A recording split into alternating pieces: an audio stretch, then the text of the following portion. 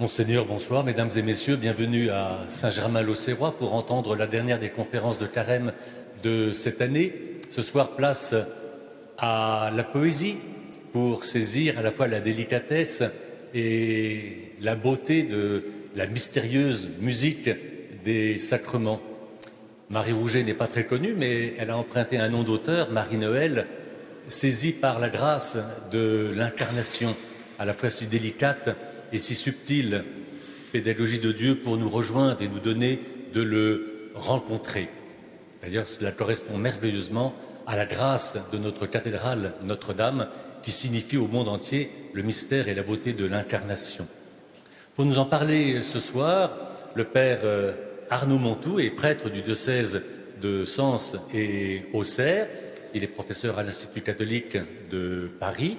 Il travaille aussi à l'Institut supérieur de liturgie, l'occasion de saluer le père Gilles Drouin, qui est directeur de ce département et à qui nous devons aussi l'organisation de ces conférences de cette année. De plus, le père Montou est aussi postulateur de la cause en béatification de Marie-Noël. Et donc vous êtes bien placé, cher Arnaud, pour nous guider sur le chemin des sacrements, de la sainteté et de la beauté. Venez à l'autel et faites-nous entrer dans la beauté de ce mystère.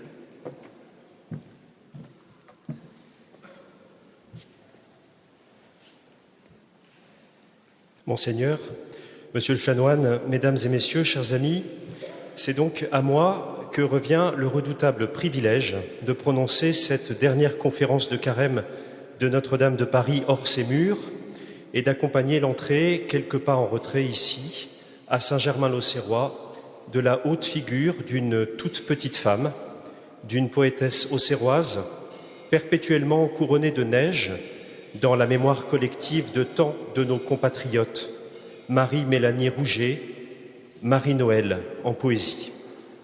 Je vais tenter d'emprunter avec vous l'un des sentiers tortueux au bord desquels Marie-Noël a vécu sa relation à Dieu, jamais comme une évidence, toujours sur le ton de l'inquiet désir d'être vrai. Chez elle, les sacrements, comme tout ce que l'on veut donner et que l'on prétend recevoir, a le goût du sel et du feu, la saveur de l'attente amoureuse, et l'amour, quand il est vrai, porte toujours en lui l'impensable, l'indigeste inquiétude d'avoir rencontré Dieu. Celui qui aime connaît Dieu, nous dit saint Jean, et certaines connaissances, souvent les plus grandes et les plus vivifiantes, conduisent à la souffrance, souffrance de croissance et de décèlement qui faisait dire à celle que l'abbé Munier avait désignée comme la sœur des âmes troublées, « Mon Dieu, nous avons souffert l'un par l'autre, vous de ma petitesse, de mon infirmité, de ma faute, de mon défaut, moi de votre grandeur. » Fin de citation. Ayant conscience du danger de troubler les croyants par les audaces de ses pensées, elle s'en ouvrit à l'abbé Munier, qui lui fit cette réponse. « Vous revenez d'un grand voyage, vous avez fait votre petit Dante, vous êtes allés en enfer, d'autres, plus nombreux que vous ne croyez, s'y débattent encore. Vos notes de route les aideront. » Fin de citation. Avant d'entrer plus précisément dans le vif du sujet, en guise de présentation de celle que les Auxerrois, qui la voyaient mieux comme une vieille dame pieuse que comme la guerrière que je vais vous peindre, donc que les Auxerrois appelaient Mademoiselle Rouget, je voudrais vous offrir une de ces notes intimes. Vous allez y entendre sonner dans un même timbre, ce n'est pas si commun, la note de la plus sincère adoration et celle d'un humour un peu impertinent, sans doute indispensable à celui qui cherche à mettre des mots sur l'indicible. Je cite « Sermon bourré de théologie. Ce théologien s'exprime comme un vieux serviteur fidèle qui a connu Dieu tout petit et l'aide tous les matins à s'habiller de dogmes. Dieu se reconnaît-il dans le miroir que son serviteur lui tend? Peut-être. Le théologien l'examine et le mesure de pied en cap. Il n'y a pas de grand homme pour son valet de chambre. Mais toute mon adoration se réfugie dans l'espace éternel que l'examen de ce docteur laisse en vous, Dieu, d'inconnaissable. » Fin de citation. Je dois vous dire que je n'ai pas seulement choisi cette citation pour vous faire sourire avant d'entrer dans le douloureux récit des abandons faisant écho à l'abandon de Dieu et à sa passion, mais parce qu'elle détermine devant moi depuis longtemps, cette citation, une lisière, une manière de frontière qu'un théologien ne devrait jamais franchir quand il veut parler du mystère de Dieu. Si l'on en croit la note que je viens de citer, Marie-Noël avait pourtant rencontré en 1933 une sorte de théologien sans frontières, justement, qui ne s'embarrassait peut-être pas assez des précautions qu'impose la confession de Dieu comme mystère. Mais ces théologiens-là, et plus largement les chrétiens qui prétendent affirmer à tout bout de champ, au lieu de tâtonner, n'existent sans doute plus, et je suis donc rassuré pour continuer à vous parler en théologien. Je ne risque probablement plus rien, en tout cas je l'espère, mais j'en doute un peu. À bien y regarder, le danger de vouloir emmailloter Dieu ou de chercher à l'emmitoufler dans nos certitudes théologiques ou spirituelles n'est pas très éloigné de la question qui secoue le monde en ce dimanche de la Passion. Avons-nous rejeté Dieu? L'avons-nous livré parce qu'il nous échappait? L'avons-nous raillé avec les passants du Golgotha en lui enjoignant de se sauver lui-même alors même qu'il nous sauvait en se perdant? Percevons-nous parfois à quel point la frontière entre le baiser et la trahison est mince, même si l'on ne fréquente pas de nuit les jardins d'oliviers des rives du Cédron? La volonté d'embrasser n'est-elle pas l'une des plus belles expressions de la liberté humaine? Et à ce titre, n'est-elle pas aussi frappée du grand péril de faire de ce geste d'amour et de relation une tentative de possession, une façon de livrer le mystère aux armes de la certitude? Si ce péril existe, et avec lui la confusion du meilleur et du pire, il est probable que cette ombre portée n'épargne pas, chez les chrétiens, la vie sacramentelle, enracinée dans la vie d'un Dieu sauveur qui sait mieux que quiconque que sa grâce n'agit pas à l'écart du remugle du péché et de la mort. Même si nos tentatives d'emmaillotage théologique intempestif voudraient bien forcer Dieu à demeurer à l'écart de ces lieux troubles et à nous en extraire aussi souvent que nécessaire, nous devons bien reconnaître que nous n'approcherons jamais du mystère que dans notre pas un peu lourd et avec nos gestes un peu gauches, et que Dieu sera toujours ailleurs que là où nous cherchons à le cantonner. Marie-Noël s'est battue toute sa vie contre la mort, et s'adressant à ceux qui lui conseillaient la prière comme consolation à la mort de son petit frère, elle lâchait: « Que me veut-on?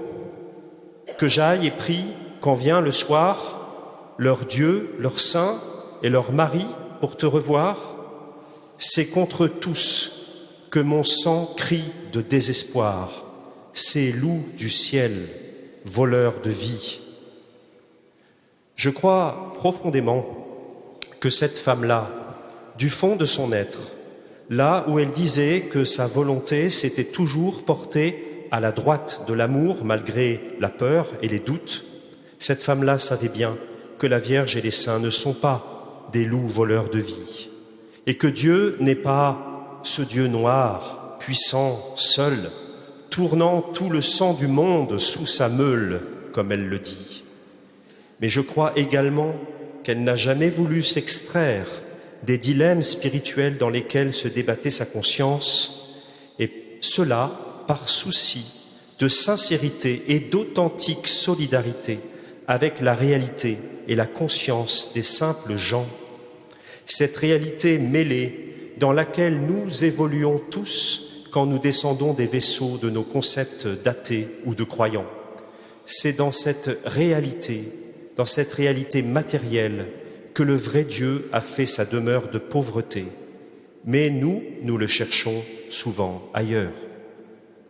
Avec la poétesse d'Auxerre, nous avons affaire à une âme à jamais enracinée dans la réalité obscure d'une très vieille terre, qui est certes sa terre ancestrale d'Auxerre, mais qui est aussi cette terre imprégnée de toutes les méfiances accumulées contre le ciel, et que l'on ne quitte pas si facilement, même dans sa quête de Dieu, et même quand cette quête est sincère. Écoutons-la nous parler dans Petit Jour de ses déambulations d'enfants dans les ruelles en pente de sa ville, dégringolant vers Lyon.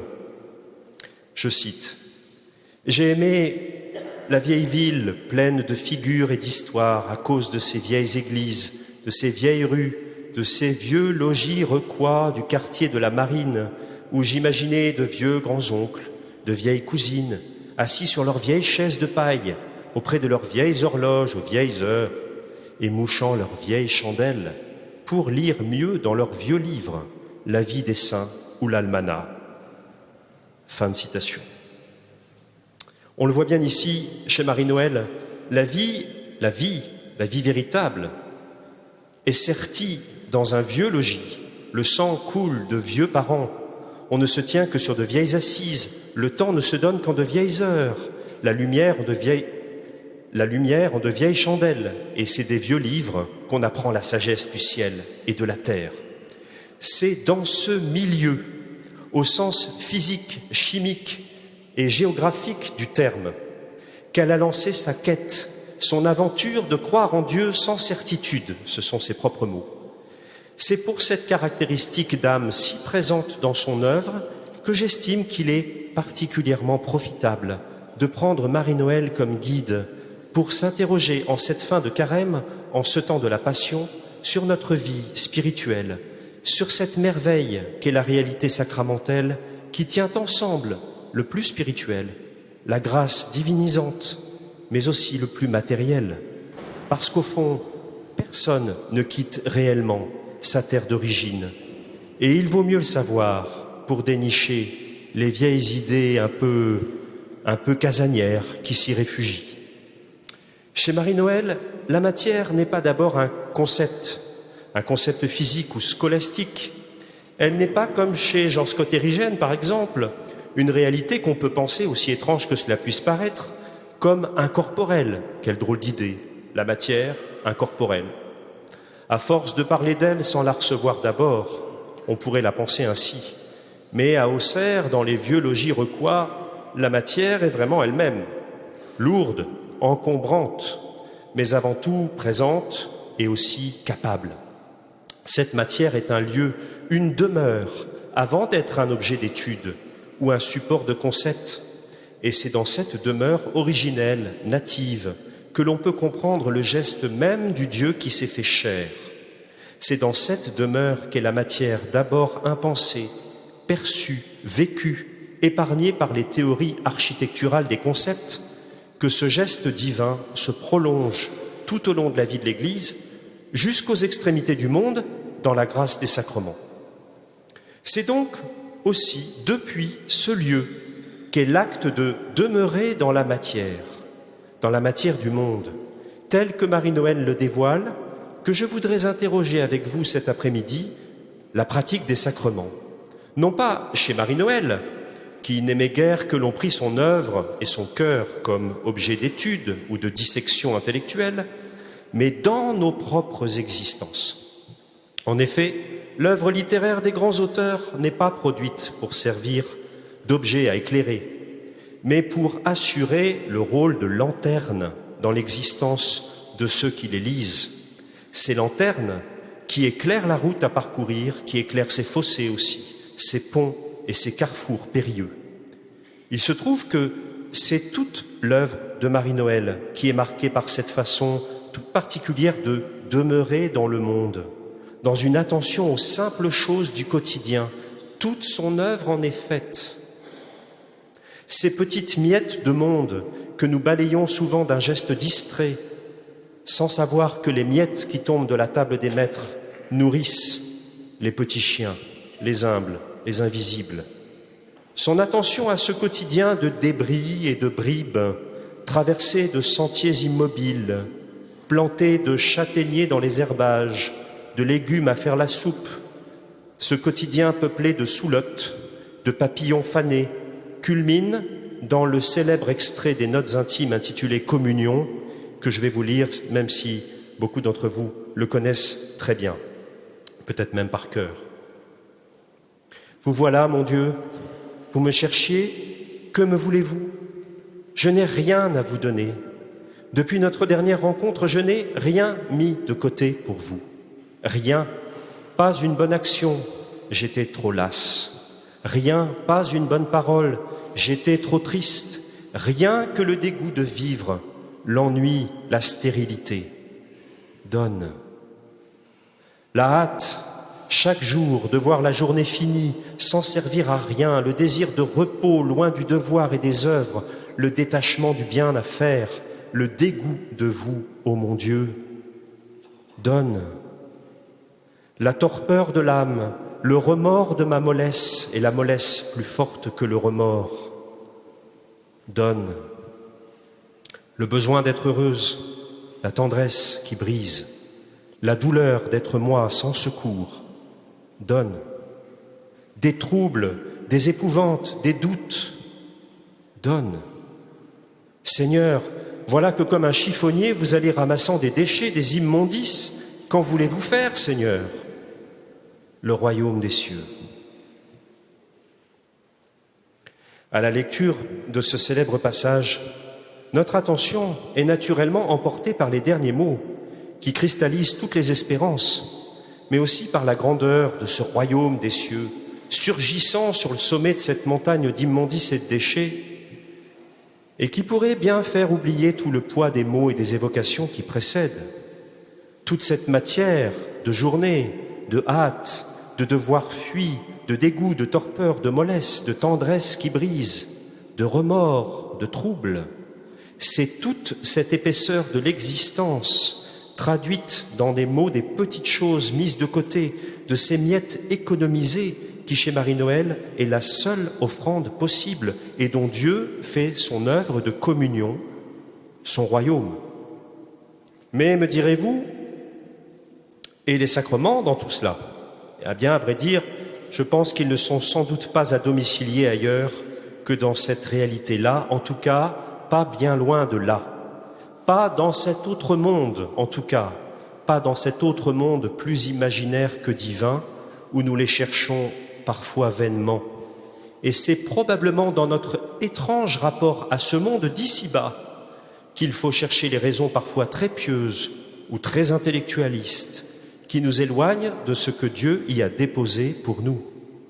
Pour le dire de façon un peu crue, un rapport hautain ou dédaigneux au monde réel ne permet nullement à l'homme, et de surcroît aux chrétiens, de faire le lien entre le quotidien banal, vulgaire au sens de commun à tous, et la grandeur de ce qu'est un sacrement. À faire de nos sacrements des actes trop mis à part, trop hyper sacralisés, nous risquons de les profaner.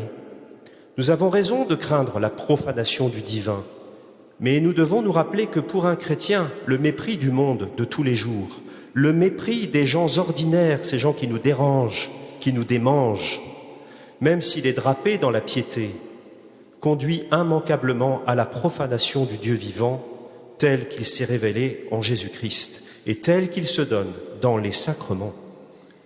Dans un long poème intitulé « Chemin », Marie-Noël décrit la trajectoire des grands et des petits. Et là où elle voit venir les grands, portant le poids des cimes, la nuit autour du front trop serré, et l'abîme des cieux qu'ils ont souffert dans leurs yeux grands ouverts, la poétesse s'associe aux petits qui vont vers Dieu par leur vie ordinaire, leur pas de banalité matérielle. Je cite. « Mais nous, chétifs, qui n'avons que nos pas sur les cailloux pour mener ici-bas notre troupeau, nous qui sommes bergers cherchant par terre un peu de quoi manger, nous qui n'avons qu'un bâton dans la main, de pierre en pierre éprouvant le chemin, La vérité, dans les nuages fous du ciel qui courent, où l'arrêterons-nous? Par les petits chemins nous passerons, nous qui sans fin, petites gens serons, par les chemins usagés de l'amour avec nos pauvres pieds de chaque jour.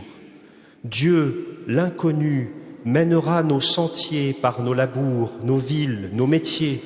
Dieu, l'inconnu, vêtu de cœur humain, avec des pieds, des paroles, des mains.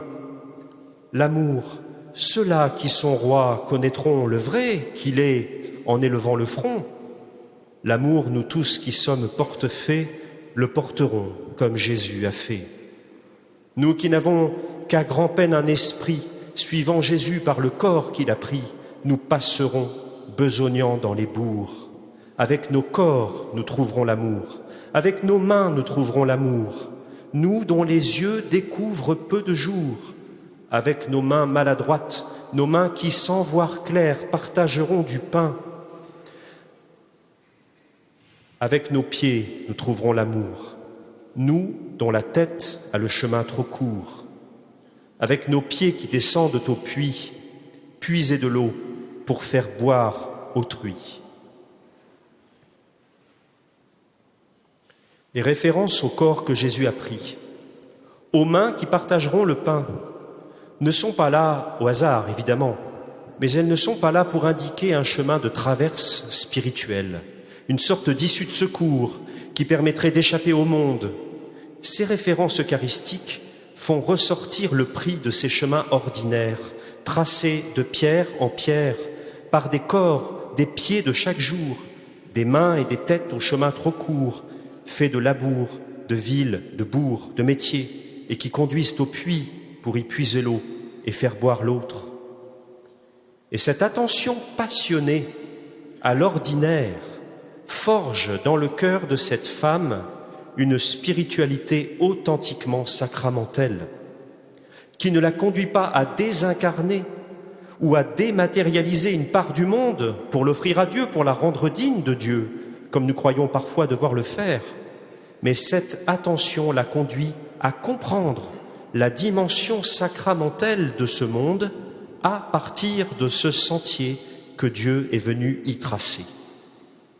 C'est cette vie corporelle et matérielle des petits, ce quotidien de pas grand-chose qui caractérise chez Marie-Noël le lien le plus fort entre Dieu et les hommes. Dans ces réalités jamais fières ou ambitieuses, Marie-Noël distingue et signale le passage que Dieu a ouvert et qui sera toujours soumis au danger d'une obstruction réductrice. Si Dieu s'est incarné, ce n'était pas pour se montrer et pour imposer sa vérité de façon plus évidente, mais c'était pour faire apparaître, par sa présence et par sa relation à cette terre, la dignité de celle-ci qu'il sanctifiait. Si Dieu s'est fait nourriture, ce n'était pas seulement pour être administré comme un remède de salut, mais pour que, dans le mystère sacramentel, célébré, reçu, mangé, aucun blé, aucun moulin, aucune chair broyée ne soit plus jamais regardée ou compris, en dehors de la perspective du royaume qui vient. Et l'on entend Marie-Noël comparer l'histoire de son âme à celle du blé, qui, après avoir donné quelques grains, est devenu poussière de farine, puis pain pétri, cuit, mordu, mâché, détruit. Et elle disait à Dieu, « Je n'ai plus rien à vous donner, ô mon Dieu, ni fleurs, ni fruits, ni cœur, ni œuvre, plus rien qu'une bouchée soumise de pain sec, votre pain comme vous êtes le mien. » Le fait que l'Église ait toujours tenu à penser les sacrements en lien avec la matière, et cela de façon assez variée au fil des siècles en fonction des questions qui leur étaient propres, nous permet d'entretenir l'attachement respectueux à cette demeure qu'est la matière, même si cette demeure a été ravagée, saccagée au cours des siècles, et plus particulièrement par une modernité qui a voulu faire de la matière le siège de toutes les certitudes positivistes. À force de réduire la matière à des assemblages moléculaires, sous des lentilles de microscope, et pour les chrétiens de produire des théories théologiques à la remorque de ces visions étroites, nous avons fini en réaction par nous méfier de toute référence à la matière, et les théologiens ont dû réaménager le discours sur la demeure qu'est la matière autour de la notion de corps, de relation, pour ne pas voir les sacrements enfermés dans des définitions de chimistes ou dans des équations, ce qui est très dangereux. Sur ce point, il serait utile de se souvenir des mots que Huysmans faisait dire à des esseintes dans son roman À rebours. Ce n'est pas un retour à la semaine dernière, mais Marie-Noël avait lu et aimé beaucoup Huysmans. Je cite : « Maintenant, enfin, l'on était allé plus loin. L'on avait osé supprimer complètement le blé et déhontés marchands fabriquaient presque toutes les hosties avec de la fécule de pommes de terre. Or Dieu se refusait à descendre dans la fécule. C'était un fait indéniable, sûr, et si le cas demeurait au moins douteux pour le pain de seigle, il ne pouvait soutenir aucune discussion, prêter à aucun litige quand il s'agissait d'une fécule qui, selon l'expression ecclésiastique, n'était à aucun titre matière complémentaire du sacrement. » Fin de citation. C'est du Huysmans. Mais revenons à Marie-Noël. La pointe d'ironie de Huysmans nous aide à comprendre à quel point il a été important d'extraire la réflexion sacramentaire de certaines catégories épicières dans lesquelles on finissait par les tenir. Mais il serait dommage d'oublier que si le pain qui sera eucharistié est bien plus que de la farine de blé mouillé, d'eau et de sel, nous sommes bien d'accord, il n'en demeure pas moins du pain. Et que sans cette matière spécifique, matérialisant le lien avec la culture, l'histoire, les conditions humaines de Jésus, le désir relationnel des gestes de salut qu'il posa au cours de son dernier repas, et le lien à notre pain de ce jour qui sont pétris ensemble, nous ne pouvons plus alors, sans cette matière, entrer dans le mystère eucharistique. Nous en avons besoin. Aujourd'hui, il y a urgence à sauver la matière, à la sauver des réductions qui tendent à n'en faire qu'un matériau utilisable, un support méprisable.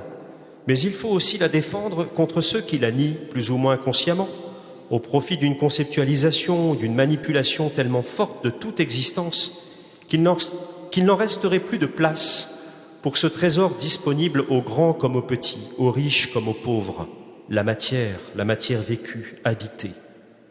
Si les théologiens et les liturgistes ont dû rediriger l'attention au cours des dernières décennies vers les notions complexes de corps et de relation, comme je le disais tout à l'heure, pour éviter d'abandonner la compréhension des sacrements à des manœuvres coupables, nombre d'artistes ont préservé dans le même temps ce lien essentiel tenant l'humain, son corps et ses relations, même les plus spirituelles, à la demeure originelle de la matière du monde. Et Marie-Noël, attentive à la réalité des sacrements, qu'elle pratiquait très habituellement, très assidûment, et attentive à la sacramentalité du monde matériel, par sa double vocation de baptisé et de poète, a été un authentique témoin qu'il est bon d'écouter. Il est sans doute désormais possible de désincarcérer la matière des épaves dans lesquelles les accidents de l'histoire intellectuelle l'ont conduite, car cette matière blessée est encore opérante, agissante, et l'oublier ne nous dispense pas de son emprise, de son influence sur nos représentations, sur nos expériences de l'existence, en dehors de laquelle rien ne se passe, pas même notre vie spirituelle et sacramentelle. S'il n'est pas rare d'observer que c'est depuis le cœur des réalités observées que l'on entend le mieux leur voix et que l'on guérit du fantasme de l'objectivité absolue, il faut admettre que c'est dans l'expérience de la matière dans laquelle Dieu nous a placés que nous pouvons le mieux décrypter ces signes que sont les sacrements. Quand Marie-Noël traversa l'une des crises majeures de son existence en 1921, elle dut faire une route bien étrange. Écoutons-la en faire le récit à l'abbé Munier. Après ces semaines de demi-folie, j'étais bien dévasté, naturellement, mais l'idée de déshonneur apaisée, j'ai retrouvé la force de réagir contre le reste. Le songe douloureux où j'étais perdu hors de toute réalité.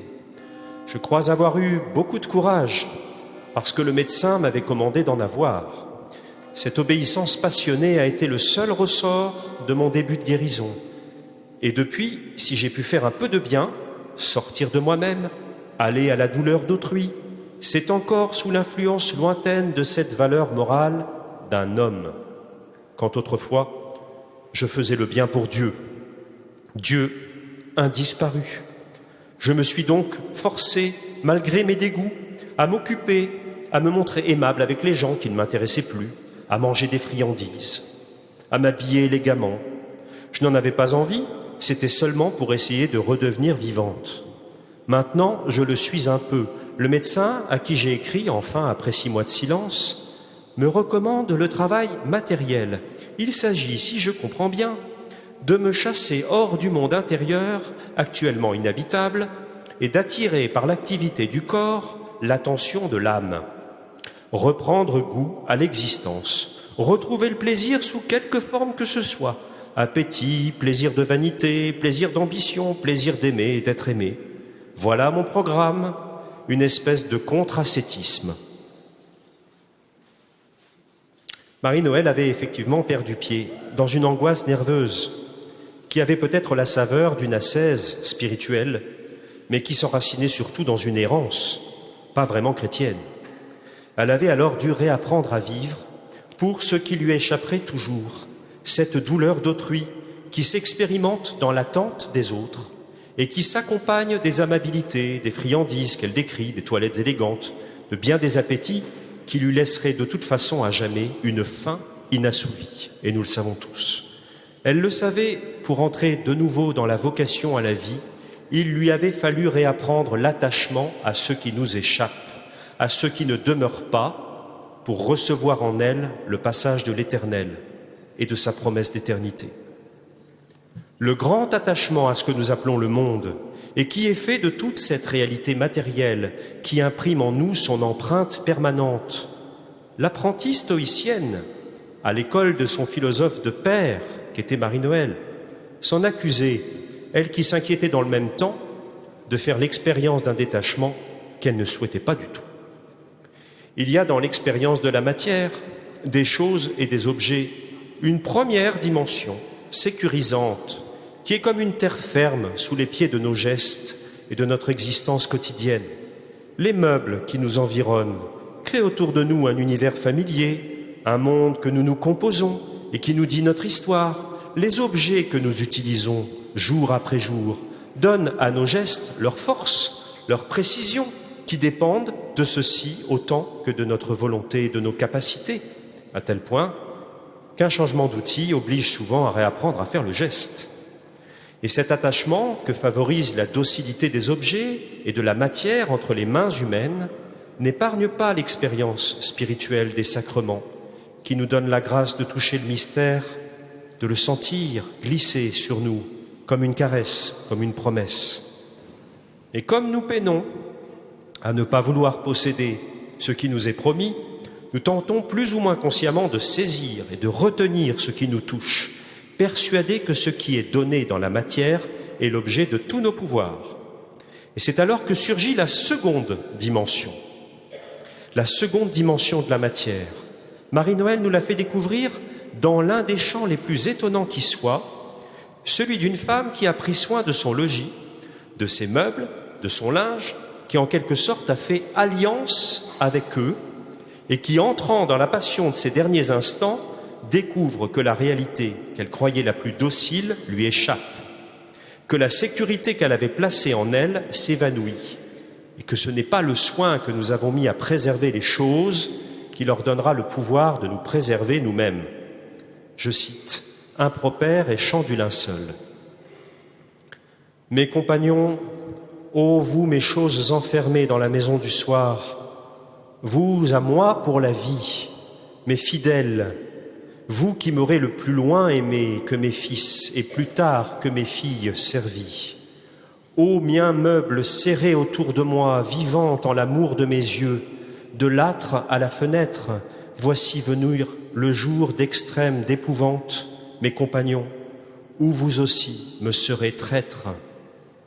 Voici le jour où par la porte grande ouverte, ceux-là me chasseront, dont j'étais sœur et mère, et vous consentirez tous ensemble à ma perte, et sans bouger, vous tous les regarderez faire. » Fin de citation.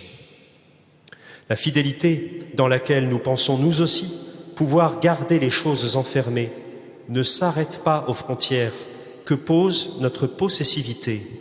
Et là où nous croyons parfois que nous allons enfermer le mystère de la matière pour le tenir dans nos mains, dans nos tabernacles, dans nos regards, qui faisaient dire à Marie-Noël que nous ne pouvons, âmes étroites, que tenir un Dieu captif.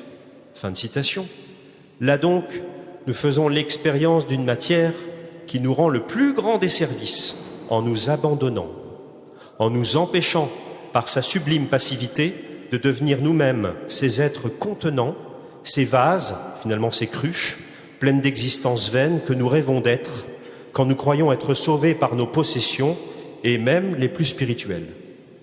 Étrangement, c'est bien la matière, avec sa faiblesse, son inconstance, son impermanence, sa fragilité, sa passivité, qui nous dépossède de cette affreuse sécurité. Car oui, la sécurité a quelque chose d'affreux. Cette sécurité toujours prête à nous garder là et pas ailleurs, à nous dégoûter de la route restant à parcourir. Cette sécurité, il nous faut nous en détacher aussi, il nous faut accepter qu'elle nous échappe. Il nous fallait probablement cette vertu crépusculaire de la matière pour nous obliger à l'itinérance, pour garantir que le baptême resterait bien une source vive dont l'eau file entre nos doigts, que le pain eucharistique resterait le viatique, le pain de la route, que le Saint-Crème resterait le sillage du parfum d'un autre. Le récit de la passion de cette femme culmine dans l'étrange apothéose d'un drap choisi pour être son linceul. C'est donc la suite, la fin même de ce poème. Vous me rendrez à qui m'emportent tous et toutes, comme une abandonnée au sort irrémissible, comme une condamnée à bout d'humaine route qu'on emmène à jamais pour le secret horrible, et que nul n'accompagne en l'ombre, sauf un seul.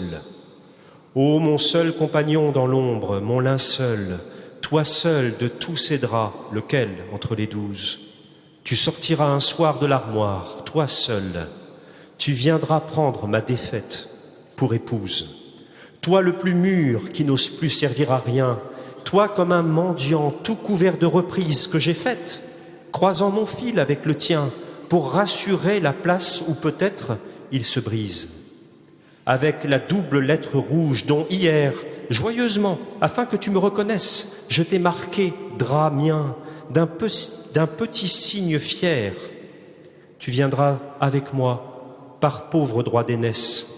Tu viendras avec moi dont personne ne suit le mal trop noir, après que les mains d'infirmière l'auront au bord affreux de la plus longue nuit abandonnée, sans pansement, sans lumière.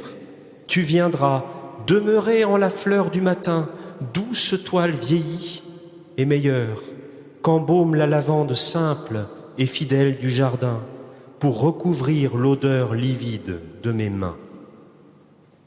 Ô mon linge de fin dernière, pâle drap, de toi si pauvre, on aura fait le sacrifice, et tu viendras tout blanc, tout large, tu viendras éponger l'ombre où pleurera mon immondice.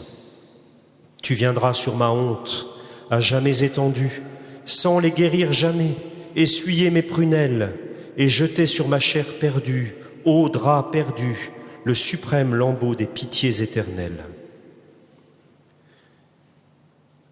C'est cette pauvre toile, mûre, mendiante, reprisée, qui finit par épouser la chair de l'abandonné, qui la couvre de ce lambeau de pitié vraie et suffisante. C'est ce tissu, croisant à jamais son fil avec celui de la vie de sa maîtresse, qui finit par porter les initiales de son nom, qui la suit, emportant avec lui au passage la lavande de son jardin. C'est ce linge de fin dernière, qui ne guérit de rien, mais qui éponge et qui essuie ce qui n'a plus besoin de l'être. C'est ce drap perdu qui permet à ce poème de finir sur l'adjectif éternel. C'est à l'eau qui file entre les doigts, au pain qui rassit et qui moisit, à l'huile qui rancit, aux étreintes amoureuses désunies par la mort, que Dieu a confié sa plus authentique présence en ce monde, pour que nous réapprenions à être grâce au monde auquel le Créateur a confié pour nous bien des secrets.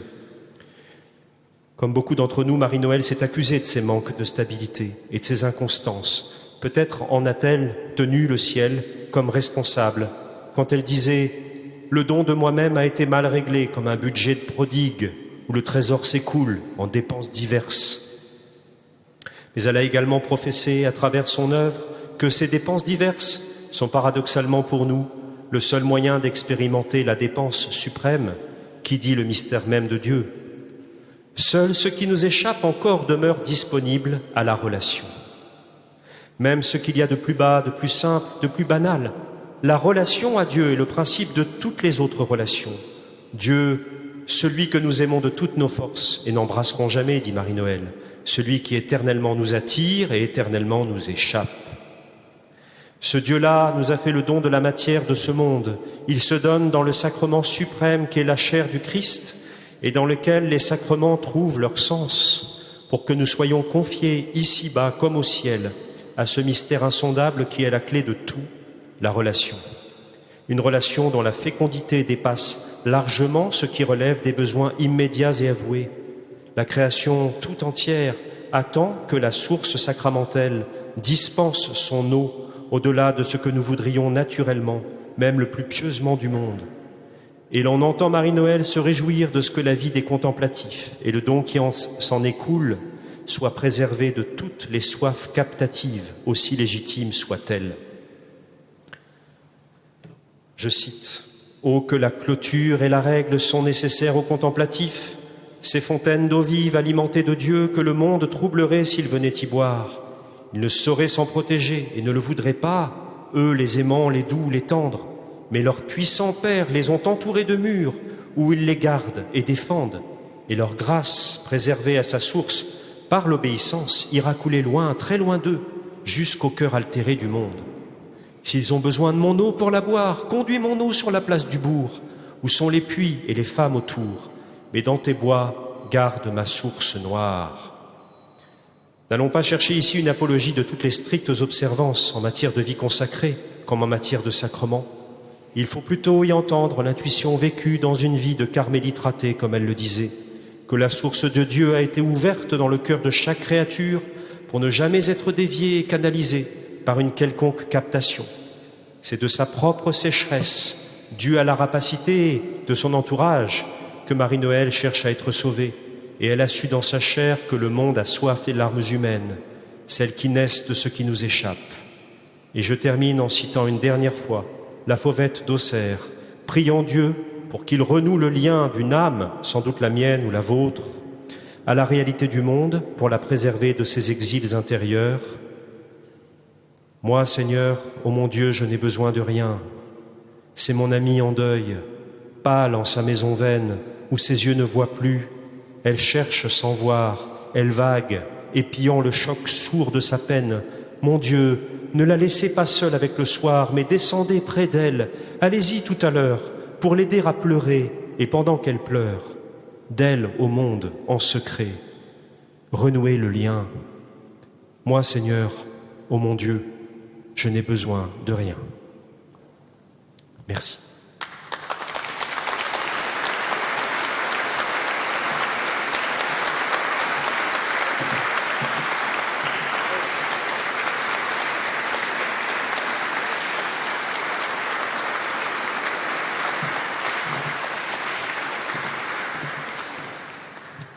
Chers amis qui êtes ici dans cette assemblée, et vous qui nous rejoignez par les ondes, ainsi qu'il a été rappelé, nous venons d'assister à la dernière des conférences de Carême qui auront été proposées à Saint-Germain-l'Auxerrois, et c'est justement un prêtre du diocèse de Sens et d'Auxerre qui a achevé ce cycle destiné à faire bruisser à nos oreilles la mystérieuse musique des sacrements, tantôt apaisante, tantôt tourmentée.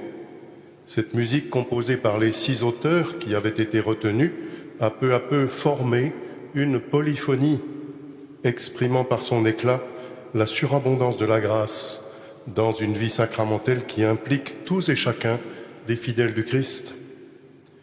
Cela m'a fait songer justement à une des notes intimes de Marie-Noël. Elle y considère à partir de la musique de Palestrina la mélodie comme la solitude essentielle de l'âme et l'harmonie comme la voix du groupe, la communion des saints. Et poursuit le poète, la perfection de la vie chrétienne, chacun pour tous, n'est-elle pas dès ici-bas une ébauche de cette polyphonie éternelle? Il nous faut donc remercier tous les conférenciers qui se sont succédés dans cette chaire, tous ces universitaires qui ont su nous faire cheminer aux côtés des grandes figures de la littérature qui leur sont familières, pour mieux comprendre ces sacrements qui font de nous un peuple chrétien. En premier lieu, ils nous ont fait percevoir combien la littérature était capable de traduire les questionnements et de proposer les réponses, ou au moins des perspectives. Dans les lignes qui décrivent l'âme en proie à la négation la plus profonde, ou au simple doute, ou capable de la foi la plus ardente, il y a souvent la conscience d'un artiste qui propose à tous de partager une expérience. C'est là le moyen d'une annonce de la foi par ces fidèles du Christ. Ils ont connu eux-mêmes ces troubles de l'âme et leur inspiration n'a paru que transcendée par ces tribulations nécessaires à faire advenir la clarté de la foi. Or, à l'image des héros qui se dessinent au gré de la plume, il leur faut sans cesse recommencer ce qui, pour chacun, est bien le combat intérieur de la foi. Nous avions donc pressenti à juste titre, chers amis, qu'une fois de plus, l'art, en l'occurrence l'art littéraire, nous serait un précieux intermédiaire pour nous introduire dans une connaissance plus précise des sacrements. C'est qu'il y a évidemment dans l'art de l'humanité une puissance évocatrice capable de traduire l'indicible, le tout autre, en un mot, le mystère. Plus que les définitions préalables, il était indispensable pour ouvrir notre démarche de redécouverte des sacrements, d'en proposer les expériences méditées par quelques penseurs chrétiens des derniers siècles. Tout cela nous mène donc au seuil, au porche, écrirait Péguy, d'une catéchèse sacramentelle dont les fidèles du diocèse de Paris vont pouvoir bénéficier. Les conférences ont exprimé clairement le lien entre la vie sacramentelle et les progrès d'une vie de foi, d'une vie renouvelée dans l'espérance et dans une charité pratique. Chacun doit pouvoir aujourd'hui en bénéficier. Ce que nous avons reçu, il nous tardera toujours de le transmettre dans un échange incessant, réaction en chaîne qui est au cœur de la vie missionnaire de l'Église. Des catéchèses mystagogiques seront proposées, des cycles de catéchèses paroissiales bénéficieront d'un support conduisant chacun à puiser aux sources de la vie sacramentelle transmises et méditées par la tradition de l'Église, pour que tous nous puissions faire croître notre vie chrétienne. Et naturellement, nous savons que Notre-Dame, retrouvant ses fidèles, saura redevenir cette Église mère d'une Église diocésaine qui connaît son devoir, le devoir d'être sacrement d'unité au milieu de tous les hommes et femmes de ce temps. C'est bien la célébration des sacrements qui marquera le retour à la vie de cet édifice dans lequel reposent tant de symboles. Participer à la célébration d'un sacrement, même parfois sans en être les premiers acteurs, interroge et régénère notre propre vocation. La liturgie de l'Église nous y invite explicitement en ces jours où nous allons renouveler nos promesses de baptême et pour certains d'ordination. Sachons donc entretenir en nous la lueur de la foi. Elle nous semble parfois bien faible par rapport aux ténèbres du quotidien, mais elle n'est pas moins fervente que celle qui a été capable de guider les saintes femmes au tombeau dans l'aurore d'un jour qui a transformé le monde et jusqu'à la fin des temps. Témoins de cette bonne nouvelle de la victoire définitive de la mort, Blois, Claudel, Péguy, Bernanos, Huysmans et Marie-Noël prennent place dans la procession des fidèles rassasiés de sacrements sans en être jamais repus, assoiffés de sens sans avoir jamais épuisé cette quête, désireux d'atteindre une vérité qui n'est jamais mieux éprouvée que dans les sacrements, où Dieu lui-même se donne. Ils nous ont rappelé la nécessité d'interroger nos faiblesses et d'interpeller le ciel, de faire silence, de nous reconnaître pèlerins, en un mot, de ne cesser de nous convertir. Alors que se sont ouvertes les portes de cette semaine qui sera d'autant plus sainte que nous suivrons celui qui l'a sanctifié par le don victorieux de sa vie, nous voyons donc combien la vérité et la gratuité sont au cœur des sacrements que le Christ a institués dans le mystère pascal par son amour inconditionnel pour l'humanité. Cette question de Pilate, qui clôt son dialogue avec Jésus, reste posée aujourd'hui, quand tant de vérités contraires semblent possibles, allant jusqu'à la confusion des valeurs, même de vie et de mort. Que les conférences de Notre-Dame interrogent le sens de la mystique sacramentelle aura donc répondu pleinement à leur institution comme des lieux d'une recherche gratuite de la vérité. Non pas d'une vérité de circonstance, d'un accommodement avec les nécessités de l'instant, d'un compromis faisant meilleure conscience, mais de ce qui nous est révélé à l'écoute du Christ, à l'imitation de sa miséricorde infinie, à l'exigence d'un amour gratuit, seul véritable amour du prochain. Voilà cette belle et joyeuse inspiration qui nous conduira, au-delà de toutes les souffrances de la Passion, à la gloire de la résurrection, dans ce temps où la mission de l'Église nous est confiée, que les sacrements nous accompagnent et nous affermissent.